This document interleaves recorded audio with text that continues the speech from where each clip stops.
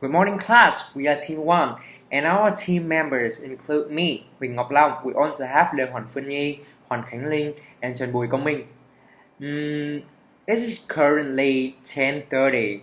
I guess that you are hungry and really rush for your lunch. But stay tuned because what we are going to show you right now is 100% sure worth more than your hunger. Okay, we will walk you through the first and most interesting section of OB, which are what OB is and how to understand it thoroughly without any further delay. Let's go to the first part, which is the importance of interpersonal skills. The question pop up, what are interpersonal skills? I guess that some of you may have some idea about interpersonal skill because this term is quite familiar with you guys. Okay, they are a set of skills strongly linked to emotional intelligence, EI, and performed in a professional context to show how people interact with one another. Let's put it in a context of Industry 4.0. What interpersonal skills do the managers want from the employees? Have any guess? Actually, there are many of them, but right now I just list 4 of them. Okay? First, active learning. Second, leadership. Third, communication. And finally, adaptability. In today's world, almost all jobs involve collaboration and interaction with different types of people, and interpersonal skills serve a vital role to make this happen. The mutual understanding and good communication would lessen the turnover rate from the skilled employees as they are exposed to a favorable environment where they are free to develop themselves and make great contributions to the firms. The way the company treats its own employees also builds up its own employer branding. Many potential applicants are tempted to go for a desired job because of the firm's benefit provided, right? Let's say when you graduate, you always want to apply for a very favorable job position in a very big company like Shopee, Samsung, Apple, Google, Facebook. There are many of them. This would certainly lay a foundation in HR field, and in the long term, it would position the company at the top of mind towards the applicant when it comes to their career path. Okay, so moving on to the next part. In this part, we're gonna learn what OB stands for. OB stands for Organizational Behavior. By definition, it is the study of both individual and group performance and activity within an organization, and its scope include individual, group, and organization. 3 of these will bring about the organizational effectiveness. Have you ever wondered what managers do within the company? Okay, let's see the answer in the next part. At every higher level, they will divide the goals into small action steps and delegate them into specific employees that are good at each scope of the work. I have a question for you to think. Let's take 5 seconds. Okay, do the managers work like the employees do? You have the answer? Actually, the answer is no. They make decisions for different work in numerous situations, allocate the resources, and diverge and delegate action steps for others to obtain the company visions. Managers do this in the context of an organization defined as the consciously coordinated social unit composed of 2 or more people that functions on a relatively continuous basis to achieve a common goal or a set of goals. Within the scope of the manager, there are 4 steps of running the whole system. The first one is planning. Everyone loves planning because you always want to have a better future. you want to receive a huge amount of profit, right? So this function actually involves identifying an organization's goal, developing a strategy for achieving those goals, and coordinating a comprehensive set of plans to implement the strategy. Okay, following is organizing.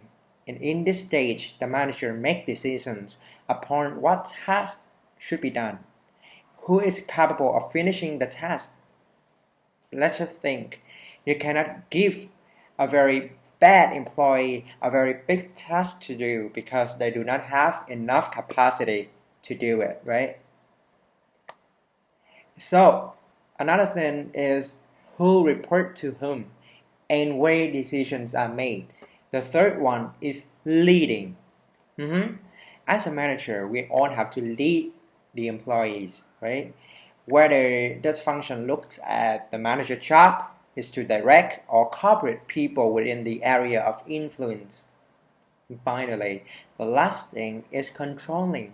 After you're going through planning, organizing, and leading, and this time is for you to control the whole process, to regulate or manage every step by step towards the goal. And in this phase, it ensures that things are functioning as they should be, right? And by keeping track of the performance, and the manager should make periodic comparisons of that monitoring system with the goals that have been set earlier. Based on the analysis, the manager must consider the fact if the goals need any adjustment in order to achieve the goals set at the beginning. Think of the whole process. In the process, you may encounter a lot of external and internal problems and issues. Therefore, you must need adjustments to ensure that you can follow or pursue the goals. You got this concept? Okay. Projecting to the essential management skills. There are actually 3 essential managerial skills that provide us a better understanding of what the managers do. The first group is technical skills, where the managers are required to make specialized knowledge and expertise relevant to the ongoing task to attain the goal. The second group is human skills, in which the managers must exhibit a strong competency in working with others and motivate them towards the organizational goals. And finally, is conceptual skill, where the managers needs the sensitivity to analyze and diagnose the complex problems and situations. Projecting to the next part, we're going to study about Mintzberg managerial roles. Henry Mintzberg did a study of 5 executives to determine what was included in their jobs. Based on this observation, Mintzberg found that the managers performed 10 different sets of behavior in their work. And these behavior actually turn into 3 main types. First, interpersonal. Second, informational. And the last one is decisional. Interpersonal roles include a subset of roles: figurehead, leader, and liaison roles. A manager serves as a figurehead when they are performing duties that are routine or social in nature. Let's take one example to help us clear about this concept. Okay? Imagine that we are working in a company as the director. Okay, acting as a figurehead means that you're gonna represent the company to sign contracts, conduct meetings, or make ceremonies.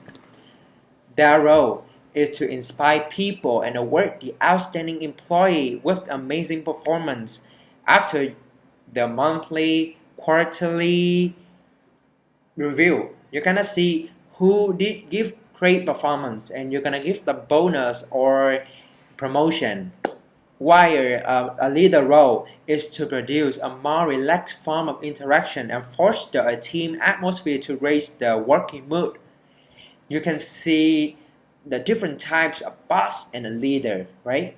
When a boss, they're gonna tell people what to do. You have to do this, you have to do that. I want this, I want that.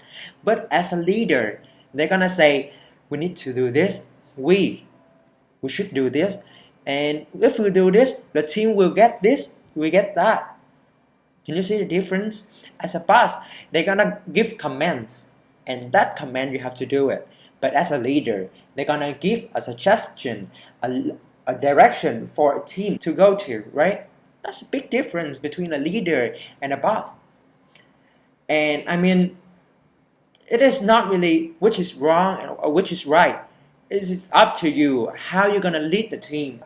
For me, I think as a leader, that's gonna lift up the team, and you're gonna, how to say, you're gonna lift up on the capacity of a team. And next, we're gonna move on to a lesson role. In a lesson role, it falls on the interpersonal grouping. Okay, this is when the manager must maintain a network who will work with them on gaining information and relationships. Lesson, on the other hand, helps facilitate close relationship between two parties, externally and internally. And their job is trying to manage the conflicts between two parties. Okay, and the second section is informational roles. Within this category, we'll find the role of the monitor, where the manager has to collect and allocate a wide multitude of data. The manager then must decide what information is important and what information is necessary for the team's member to know, because there are thousands of amount of data, right, you're gonna receive. But as a manager, it is your role to decide which information is necessary for the team. And this translates into the role of the disseminator. And finally, when the manager is in charge of giving information to the external, they're gonna become the presenter. Okay, that's a kind of theory, right? And I just put it in practice for you to get familiar with this concept. Okay, imagine you have a marketing team. Okay, they are actually working on the ways to promote the new application. Let's say Zoom, for example. The manager realized that is you. Okay, you realize that your target customer, that are the student, are actually more than ever spending their time online working based on the several market surveys. You can see COVID-19 as an example. Okay, now you decide to present this idea of your direction for this application after selecting the necessary information about where your app should be promoted and what tactics you may need to boost the quantity of the users, right? That is how the informational roles serve. The final managerial role of this group is obviously decisional. It requires a manager to make decisions. In this category, a manager serves as an identifier of opportunities, filling the entrepreneur role. Let's just say when another company or another organization trying to approach you to ask you for a partnership, and if you see this is an opportunity for your company to partner with them for a project or a campaign, and that will bring you a lot of benefits, then you should try, because it's gonna give you a lot of benefits back to your company, right? And you are also in charge of taking corrective action when necessary and being the role of the problems solver. Finally, they must represent their unit and organization to bargain and obtain advantages for their own area in the role as a negotiator. You remember the example we looked earlier, right? So in that example, we did take a partnership with another organization or a company. And you see, these benefits, sometimes they just don't do our organization any good, right? So this is the job of the negotiator.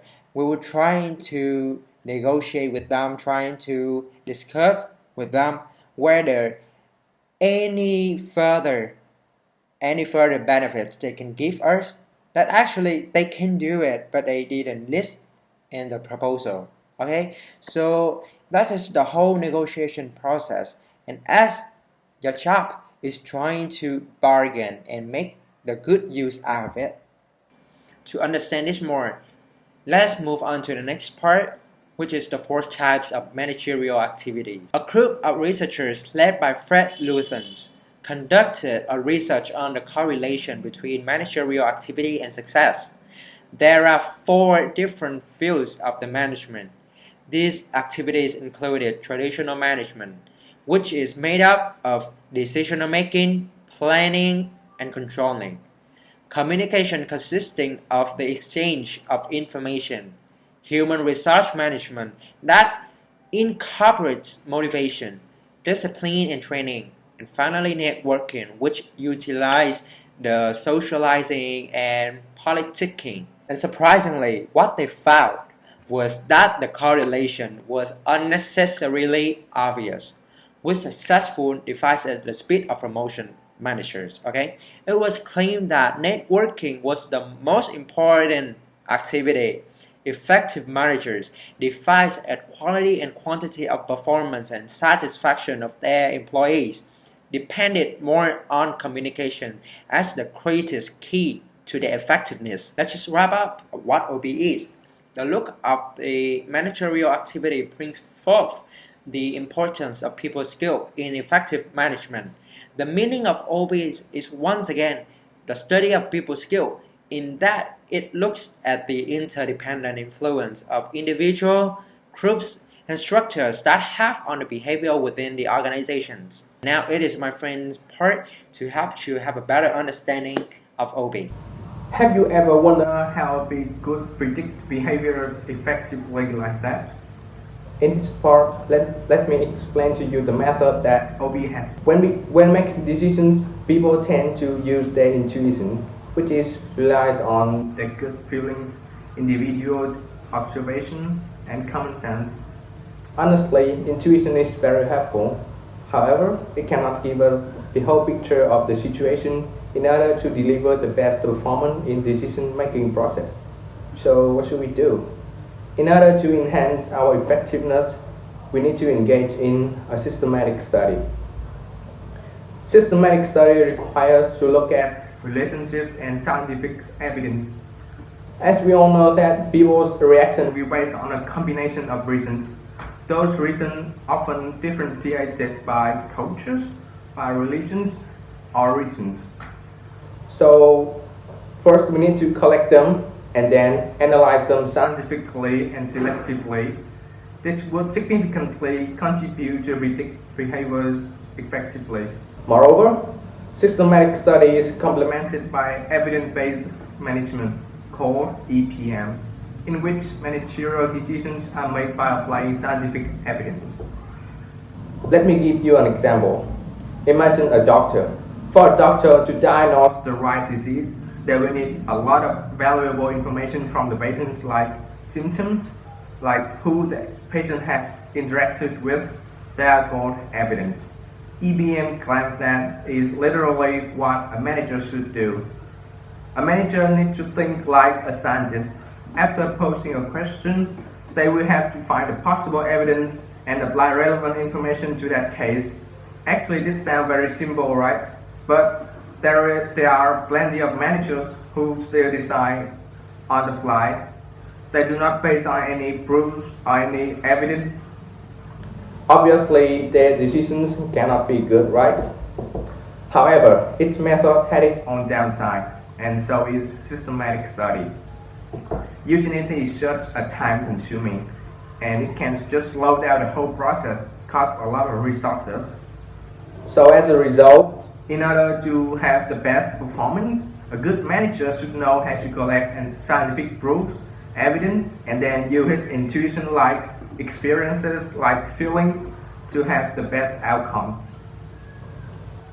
Besides using systematic study, OB is also an applied behavioral science that is built upon contribution from a number of behavioral. When it comes to psychology, we go deep into ability, attitude, value, motivation, leadership, or stress, emotion.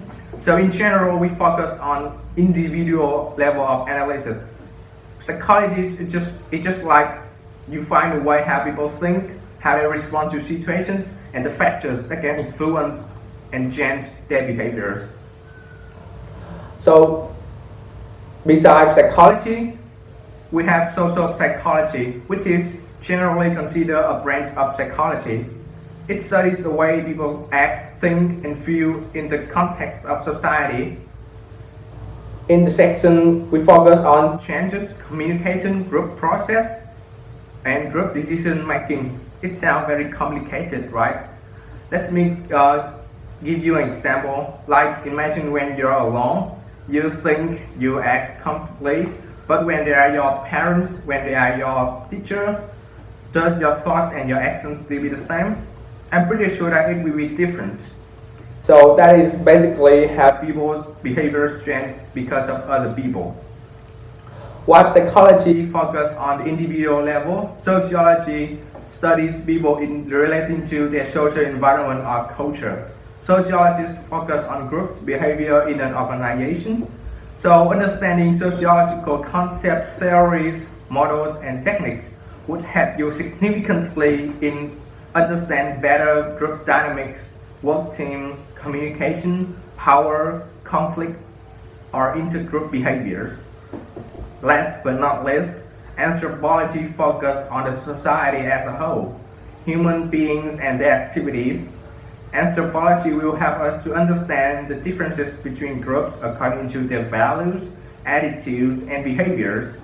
For example, Christian view says that who die either going to hell or heaven, whereas Buddhists like me believe in incarnation and several types of hells. So in general, we have three levels of analysis in OB. First of all, psychology focused on individual. Secondly, for group level, there are social psychology and sociology. And lastly, sociologists and anthropologists analyze organization systems level. So by understanding all the disciplines in OB, we could achieve what we call organization effectiveness, which are higher productivity, customers satisfaction, loyal employees, or improved financial performance.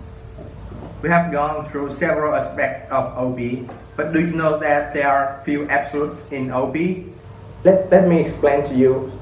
It can be argued that it's possible to predict behavior in supermarkets, in classrooms, or in doctor's offices. For instance, do you turn around your face to the door when you get into an elevator? Almost everyone does, right? Is there a sign inside the elevator that tells you to do this? Probably not. Just as we make predictions about drivers when there are definite rules on the road, so we can make predictions about the behaviors of people in elevators where there are few written rules. Take example, sport, a major foundation of OP. Behavior is generally predictable, and the systematic study of behavior is a means to making reasonably accurate predictions. However, human beings are complex, and it is different from physical sciences like chemistry, astronomy, physics, which are accurate and are able to apply in any situation given. Each person has different personality due to a lot of factors like working environment, education, family traditions, so that the behaviors cannot be the same. So in the same situation, different people will think and act differently, and one person will act different if he is put in various situations. For example, college students who want to gain experience from part-time job might not avoid from complex and challenging work, while the ones motivated by money focus on their salary. A person's behavior will be different when he is at work or surrounded by his friends too. That is the reason why few absolutes apply to OB. So in order to make valid predictions, we need to give a clear situational contingency conditions of the problem. It will prevent us from giving false statements about the general concept. We will continue to part number 6, and identify managers' challenge and opportunities in apply OBET concepts. There have been dramatical change in organizations. The typical employees are getting older and replaced by the fresh one. The workforce is becoming increasingly diverse, and the global competitions require employees to become more and more flexible with rapid change. As a result of these changes, employment options may have to adapt to include new opportunities to the worker. First of all, we will look over the table, show the employment options. The table shows some of the types of options individuals will find offered by the organization or for which they would like to negotiate.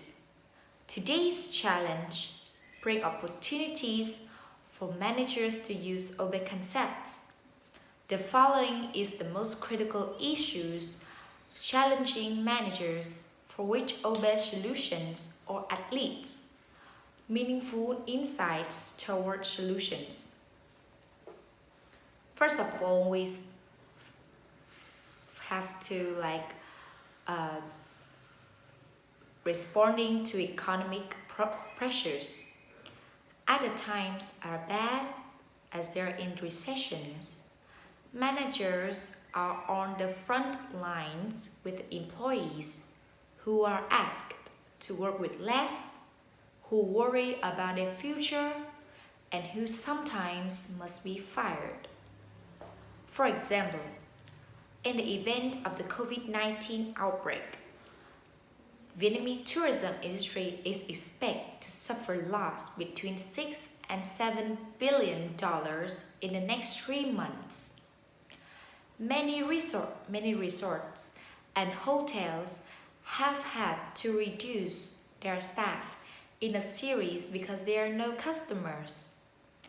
Enterprise only retain the administrative unit of basic operation, while the parts such as sales, marketing, and operation have to take a break due to excessive decline in sales. The difference between good and bad management can be different between profit and loss, or between business survival and failure. Managing employee well are hard in the both good and bad time. In the good times, the managers need to understand how to reward, satisfy, and retain employees. While in the bad time, they have to dealing with the issue of stress, decision making, and coping is the forefront. And nowadays, organizations are no longer to be constrained by national borders, and the world now become the global village due to the international employment and distributions. For example, the Cộng Cà Phê coffee chain and bánh mì Phượng Hội An is now open in the South Korea. Due to the continuing globalizations, the manager's job has changed, and effective ones will anticipate and adapt their approaches to the global issue follow. First of all, they will get the opportunities to increase the foreign assignment. But the challenge they face is that the manager will need to understand about the new location culture and workforce, and then demonstrate their cultural sensitivity before introducing alternative practice. The second one is that they have to work with people from different cultures. And the context is that your motivations may not motivate them, or your communication style may not be credible. So the manager needs to understand how their cultural background has shaped the employees. and how to adapt the management style to fit any difference. The third one is that the overseeing movement of jobs to countries with low-cost labor. Managers have to balance the interests of their organizations with their responsibilities to the communities where they operate. The last one is that they adapt to different cultural and regulatory norms. The managers need to know the cultural norms of the workforce in the countries they do business and to be aware of the unique financial and legal regulations applying to guest companies or else risks violating them. Violation may happen to have implications for their operations due to the political relations different countries. Managers also need to be cognizant of difference in regulations for competitors in the country and understand the law to be successful or failure. Has always adapted to variations in economies, longevity and birth rates, socioeconomic conditions and other change that have widely impact. Longevity and birth rates also change in the dynamics in the organizations. Global longevity rate have increased in the 6 years, while the birth rate is decreased for many developed countries, which leads to a shift toward an older workforce, which organizations are becoming more heterogeneous in terms of employees' gender, age, race, ethnicity, sexual orientation, and other characteristics. To manage these diversities is a concern to every company. For example, the KPMG Vietnam and Cambodia. Our 10,000 employees in Vietnam and Cambodia today are about 62% is women and 38% are male and represent 60 different nationalities. The company employs people from the accounting, banking, legal and other professions, and there is 40-year age gap from the youngest to the oldest, and KPMG's has single, married, gay, lesbian and straight employees, some who practice religions and some who do not, and their service employees such as technical support representatives, fast food workers, sales clerks, nurses, and flight attendants. These jobs have shared characteristics which interact substantially with the customers. The challenge that the many organizations have to face is that they may have failed because of the failure pleasing customers of the employees. Managers need to create a customer responsive culture. For example, everyone knows about the Tiki.vn market, like online market.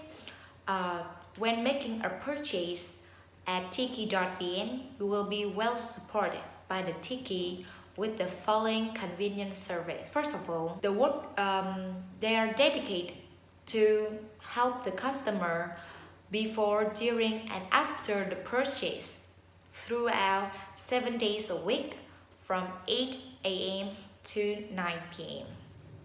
Secondly, the time to exchange and return the products up to 70 days for customers to feel secure when shopping at Tiki. OBE can help managers to explain and predict the employee behavior to gain insights into specific people skills.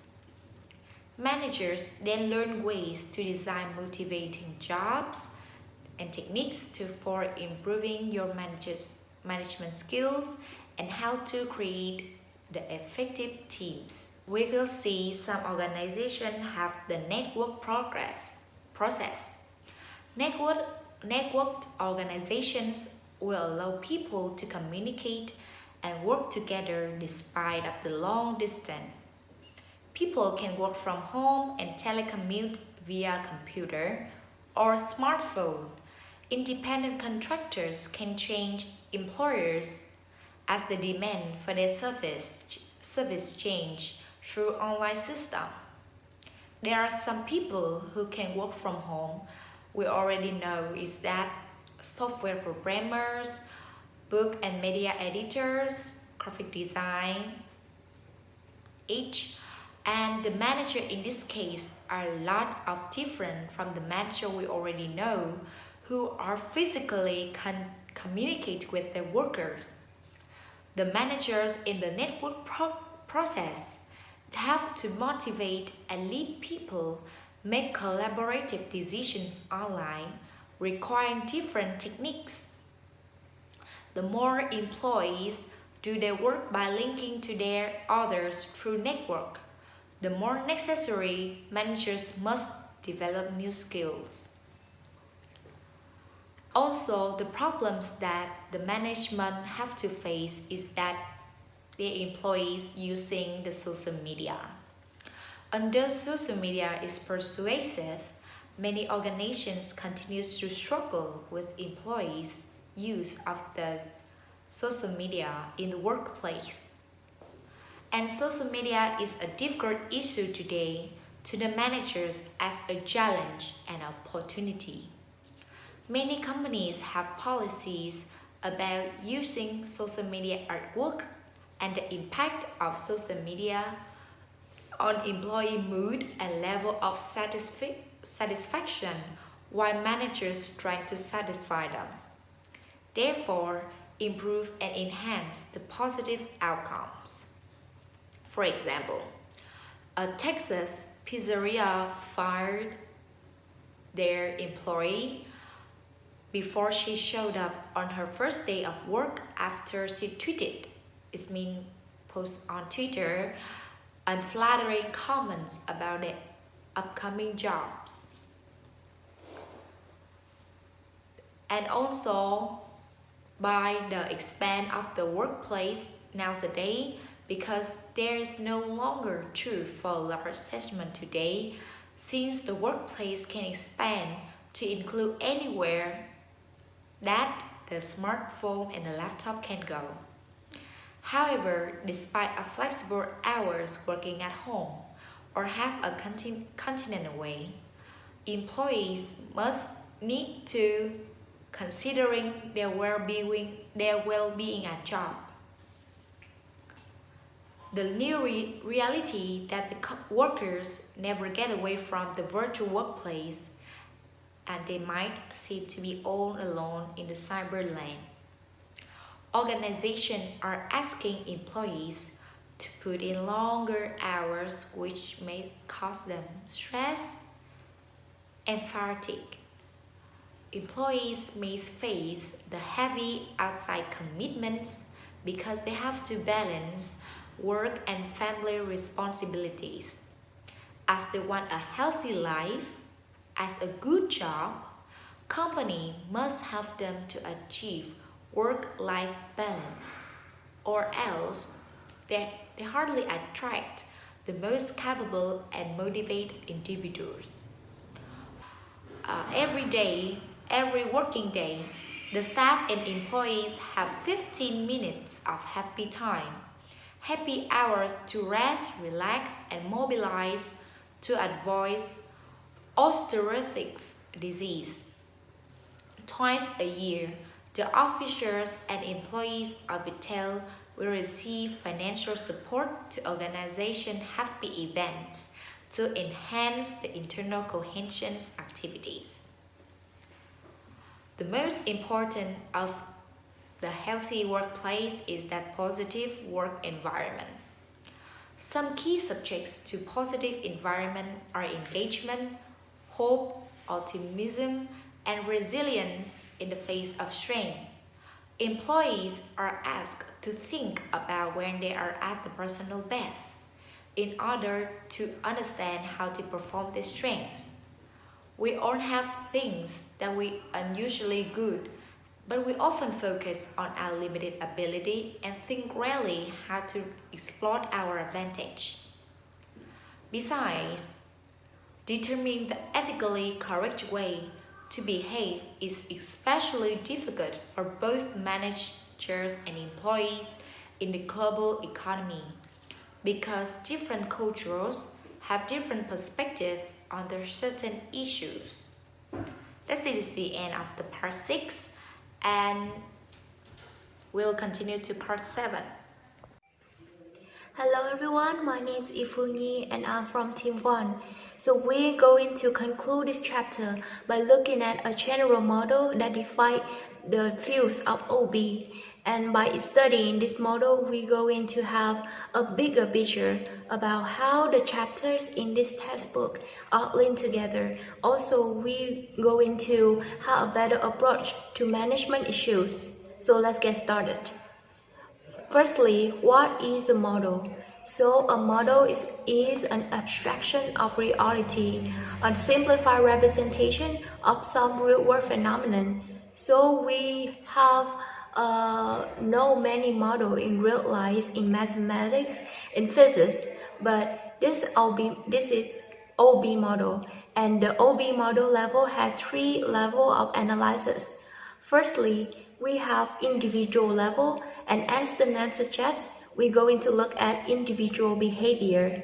But you know that individuals do not work in isolation, they work in groups. So that is why we're going to look at the second. The second level of analysis is group level. And lastly, we're going to analyze organizations as a whole system. And as you know that, as you can see, each level is constructed on the prior level. So that is why the chapters is going to be arranged according to that orders. From chapter 2 to chapter 8, we're going to look at individual level. Next, from chapter 9 to chapter 14, we're going to look at the group level. And lastly, chapter 15 to chapter 18, we're going to look at organizations as a whole. So this is a basic OB models. And you know that every model has its variables. And OB models have 3 variables. They are input, process, and outcome. And you can see that the model proceeds from left to right, with input lead to process and process lead to outcomes. But you can see that there's an arrow connecting outcome and input. That means outcome does have influence on input in the future. Yay, the first level is individual level. So inputs lead to process, lead to outcome. But so you can see that inputs is the foundation for anything occur in the organization later. So at the individual level, we have the input include diversity, personality, and value. So for example, you work in an organization and around you, your colleagues have very different personality. So person A may be humble and energetic, but person B are reserved, but he is very knowledgeable. And each person add a color to an organization. They bring a unique set of characteristics as well as the unique set of experience to the organizations. And you know that most of the input at the individual level are formed even before the individual joins the organization. Next, the process at the individual level include emotion, moods, motivations, perceptions, and decision making. And lastly, outcomes. Outcomes is the key variable we're going to explain and analyze in the OB course. So some important outcomes at the individual level include attitude and stress. Second, task performance. Next, citizenship behavior. And lastly, withdrawal behavior. We're going to look at the first outcome, which is attitude and stress. So what is attitude? It's very easy. It's your evaluations you make about objects, people, or events around you. So an attitude can be positive or negative. So let me give you an example. So a positive attitude would be, wow, I love my job. But the negative attitude is going to be, my job is boring, I hate it. You see that? So attitude actually have a very important role in organizations' effectiveness, as it is the factors that determine how the employees is going to behave. So now we go to the second outcome at individual level, which is task performance. So task performance is a combination of effectiveness and efficiency in doing your core job task. So what is the task performance of a gold miner? That would be the quality and the quantity of gold he may be able to mine in a day. So as a student, what is our task performance? Our task performance would be measured through our score. So as you know that the ultimate goal of any organization is to maximize profits, is to maximize the productivity. So that is why task performance are the very, if not the most important outcome that any organizations need to take into consideration. So when you apply for jobs, the task performance is written on the job description, and you can call it the job requirement. But what if after becoming a part of that organization, you want to devote it to that organization? You certainly want to show off early, you want to have your team members, you want to work overtime, you respect the rules and regulation of that organization. And in this case, you are displaying what is called Organizational Citizenship Behavior, or OCB. And this behavior is not a part of your job, but it contributes to the psychological and social environment of the workplace. So this is so OCB is very appreciated in any organization. So we talk about behavior that go beyond the requirement of a job. So what about the behavior that go under, did not meet the expectation of the organizations? It would be the withdrawal behavior. So withdrawal behavior is defined as the set of actions that employee takes to separate themselves from the organization. Withdrawal behavior can be in physical form, such as absenteeism, lateness, tardiness, turnover, or they could be in psychological form, such as passive compliance, minimal effort, lack of creativity, engaging in non-work related conversation. So withdrawal behaviors is a nightmare to any organization. And let me talk about absenteeism. So absenteeism is the failure to report work. So this is very detrimental to the organization, especially those organizations which involved in a lot of assembly line productions. About turnover. Turnover is the permanent withdrawal from an organization. You can be voluntary with your job. So that is called voluntary turnover. Or if your company is experiencing a layoff, or your boss fire you because you do something wrong, then it's called involuntary turnover. So turnover in fact is very costly to organization, and the organization wants to avoid them at any cost. And the psychological withdrawal behavior is also very dangerous because it happens in the employee mind. It's very difficult for managers to detect. And now we come to the second level of analysis, which is the group level. So at this level, the input would be the group structure, group roles, and team's responsibility. So those are very simple concepts, and I'll give you an example. I'm a leader of team 1. I'm going to form my team. So I choose 3 of my friends to form a team of 4. That's the group structure. And after that, I'm going to assign them the workloads, what they have to do, and their responsibility is they have to submit the summary and the presentation materials on time. So that's it.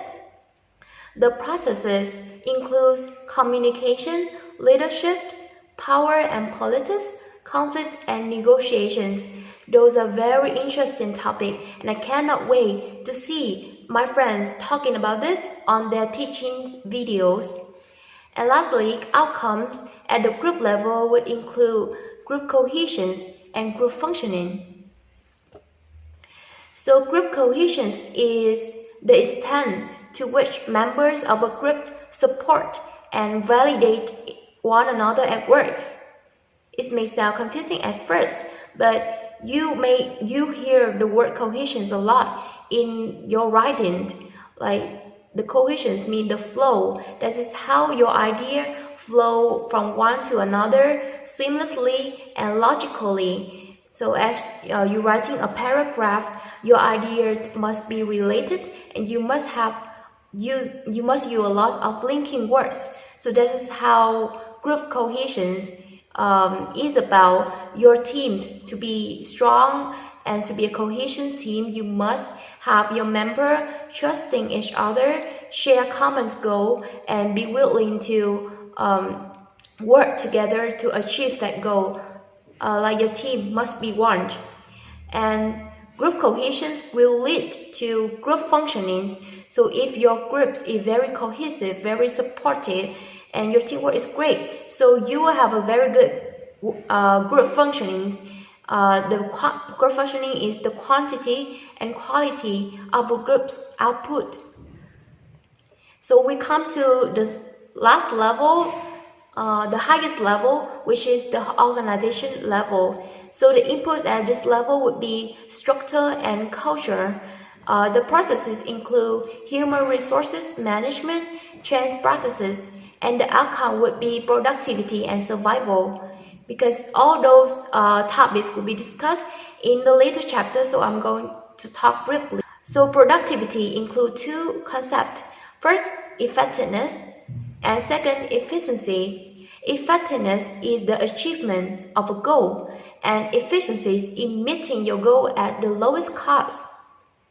So I encountered those 2 concepts several times, but sometimes it can be confusing. So here's an example. So your company have 2 employees, employee A and employee P. You assign them a task, which is they have to write a report. So employee A may deliver a report that is filled with valuable data and amaze you. You are very impressed. So that's he effective, but he missed the deadline because he wastes his time during the research process, or he might be a professionalist, so he spent excessive times. So employee A is effective but inefficient. On the other hand, employee B failed to include important information in the report. So he's definitely ineffective, but he met the deadline ahead of time. Then he will be efficient. So as a manager, you go into value employee C, which can have the 2 factors, effectiveness and efficiency. He can deliver a report with valuable data on time, and that's what organizations strive for. The second organizational outcome would be survival. So survival is evidence that organizations is able to exist and grow over the long terms. So organizational survival depends on how productive the organization is and also how well it fits with the environment. If an organization is very productive, but what it produces is not of demand of the market, then that doesn't make a company a successful one. Now here's the textbook outline. So give you pictures of how the chapters in the textbook are arranged. So we going to study about diversity in organization in chapter 2, personality and values in chapter 5, and etc. And those are very logically linked together, and I hope that this outline will help you to study better. So we going to summarize our presentation.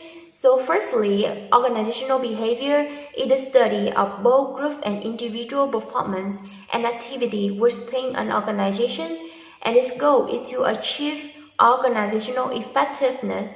We have talked about management and OB, we talk about management functions, we talk about management skills, means both managerial roles as well as lieutenants managerial activities.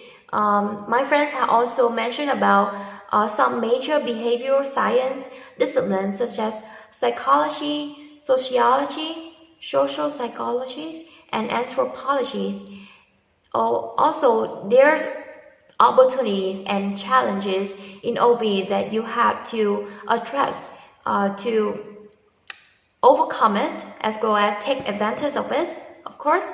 And lastly, we talk about OB models. OB model has 3 variables: input, processes, and outcomes. And we have 3 levels of analysis, which is individual, groups, and organization.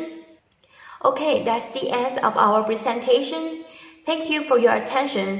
I know that we are going through a very hard time, but I hope that our teachings video can help you to study better. So stay safe, stay healthy, and goodbye.